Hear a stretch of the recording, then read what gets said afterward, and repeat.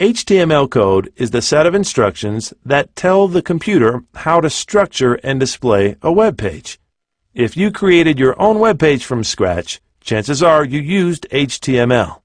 If someone else built your site, they probably used HTML in the process.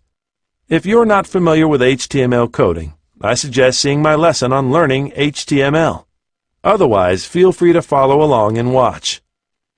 With your internet browser open, navigate to the Denver Post website at www.denverpost.com. Once the page has loaded, click the View menu option above the browser field,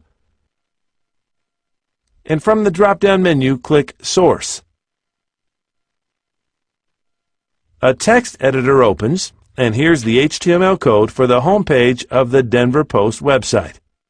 Let's maximize the window so we can take a better look at it.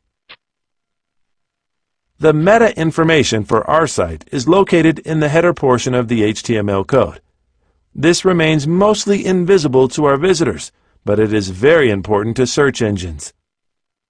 Since search engine robots, the programs that crawl the World Wide Web looking for new web pages, read pages from top to bottom, the meta information is our first chance to catch their attention and make an impression.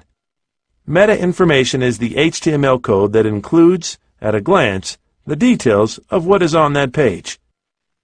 Depending on the page we are visiting, a variety of meta information can be included in this part of the code.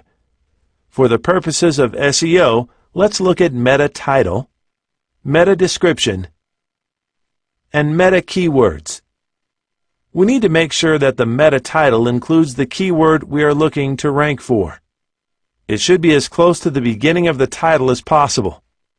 In our example, the meta title is Home, the Denver Post. Possible keywords include Denver, Colorado, and News. The meta title information will also appear in the top left-hand corner of our browser. And this is what search engines use for a title when our page appears in the results for a query. Next, we need to look at the meta description. The information here should be a sentence or two long, consisting of about 200 characters including spaces. We need to use proper grammar when writing this information, and not just select information from the web page content at random, so search engines will use our words to show in the results. We should also include the keyword we are optimizing for, once again, as close to the beginning of the description as we can. Since this text is what the user will see right under the title in the search results, this is also our only chance to convince them why they should visit our page, as opposed to all the other pages in the results. The meta description should briefly tell the user what they will find when they arrive on our web page. If the purpose of the page is to sell yoga mats, we need to tell them exactly that, and why our page is the best place to get this product. For instance, we could say the following: we offer a large variety of yoga mats in different colors and sizes. We guarantee our merchandise and our prices are competitive.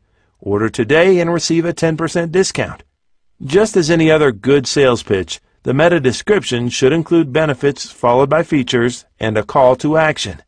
Things to avoid in the description include a bullet point list, using all caps and an excessive number of exclamation points, outrageous claims, and a large number of keywords.